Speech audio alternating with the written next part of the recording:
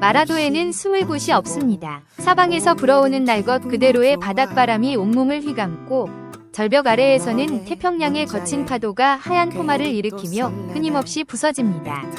섬을 걷는 내내 귓가를 스치는 바람 소리와 가슴을 울리는 파도 소리는 도심에서는 결코 들을 수 없는 대자연의 거대한 연주와 같습니다. 그 바람을 맞으며 걷다 보면 마음속에 켜켜이 쌓여있던 일상의 잡념들이 파도에 쓸려가듯 깨끗하게 비워지는 해방감을 느끼게 됩니다.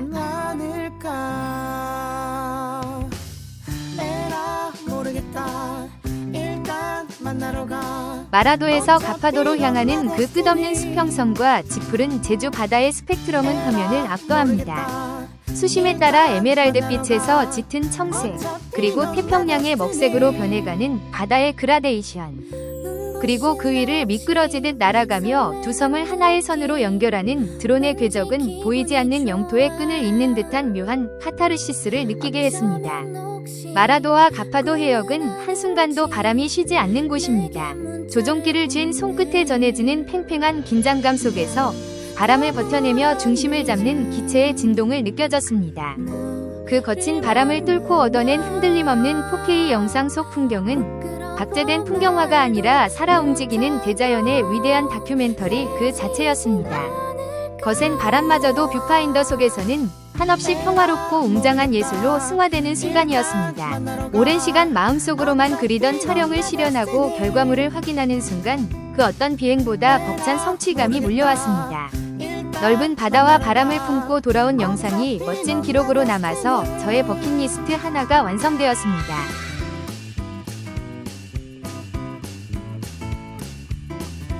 더 이상 나아갈 곳 없는 그곳에서 비로소 세상에서 가장 넓은 바다를 품에 안습니다. 마라도로 가는 길은 단순히 거리를 이동하는 것이 아닌 가슴속 묻어두었던 자유를 찾아가는 여정입니다. 저 멀리 수평선과 하늘이 맞닿는 곳, 대한민국 최남단의 바람이 제가 살아있음을 느끼게 합니다. 저 멀리 수평선 너머 가물가물하게 떠있는 작은 섬 마라도의 실루엣을 바라보는 것만으로도 가슴이 웅장해집니다. 지도상에서만 보았던 대한민국 최남단이라는 상징적인 공간이 눈앞에 현실로 다가오는 순간 낯선 세계를 마주하기 직전에 기분 좋은 긴장감이 온몸을 감쌉니다.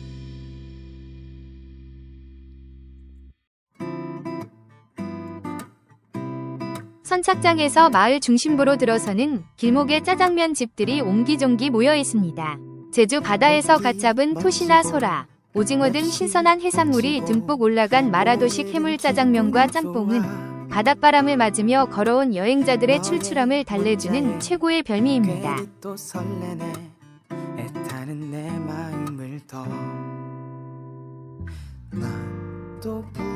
마라도 성당은 그 독특하고 수려한 외관 덕분에 종교를 떠나 마라도를 찾는 모든 여행자들의 발길을 붙잡는 최고의 건축미를 자랑합니다.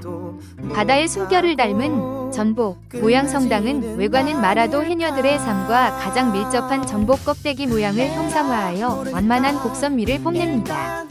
자연스럽게 엎드린 유선형 구조는 마라도의 거센 바닷바람을 비껴가게 만드는 지혜로운 설계이기도 합니다. 마라도를 방문한 관광객은 필히 들리는 곳입니다.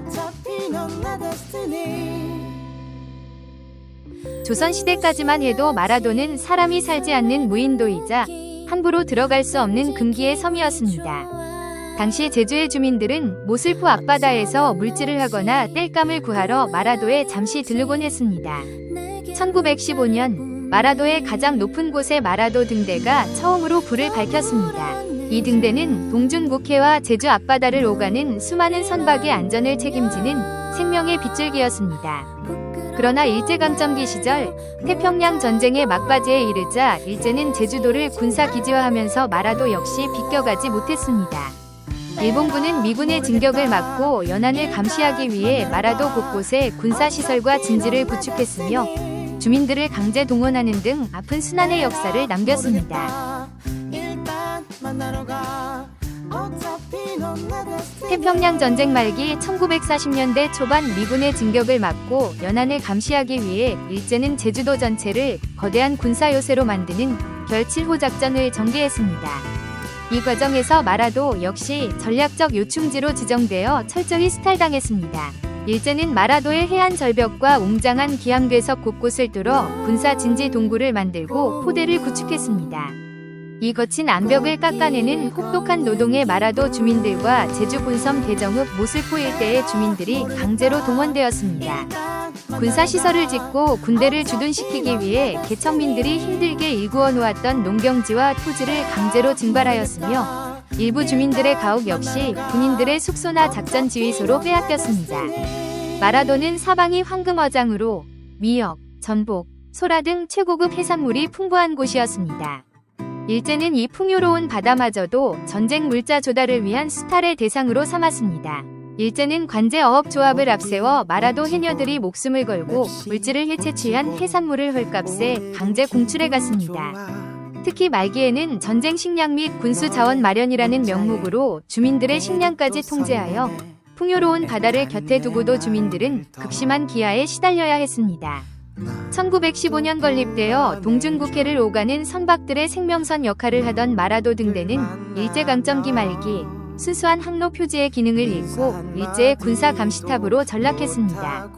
일본군은 마라도 등대를 강제 점거하여 상선과 군함의 통행을 통제하고 미군 군함이나 비행기를 감시하는 레이더 기지 및 군사통신소로 활용했습니다.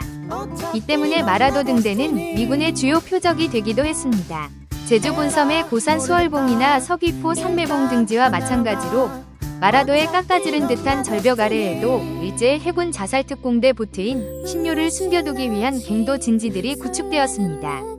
미군 함선이 접근하면 폭탄을 실은 모터를 몰고 돌진하게 만들기 위한 비인간적인 군사시설 조성을 위해 주민들의 피와 땀이 강제로 쥐어짜여졌습니다.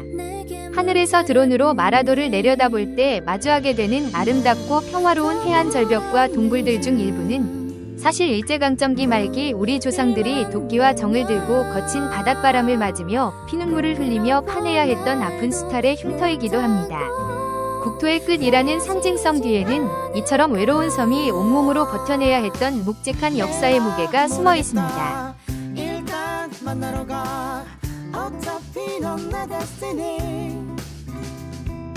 마라도는 아픈 역사를 뒤로하고 이제는 국토 최남단이라는 상징성 드넓은 바다와 화려하지는 않지만 우리의 가슴을 울리는 존재감이 있는 곳입니다. 한 번은 시간을 내어 가보아야 할 곳 마라도. 짧은 마라도 여행을 마치고 이제 돌아갑니다. 다시 한번 방문을 하겠다고 다짐을 하며 이번 마라도 여행을 마칩니다. 돌아가는 길에 우측에 드론으로 비행했던 가파도가 보입니다.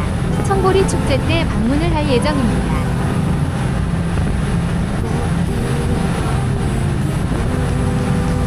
국토의 끝이자 거대한 바다의 시작점. 하늘의 눈으로 바라본 마라도와 가파도의 풍경이 지친 일상에 시원한 바람이 되었기를 바랍니다. 오늘도 영상과 함께 해주셔서 감사합니다. 다음 여정에서 또 뵙겠습니다.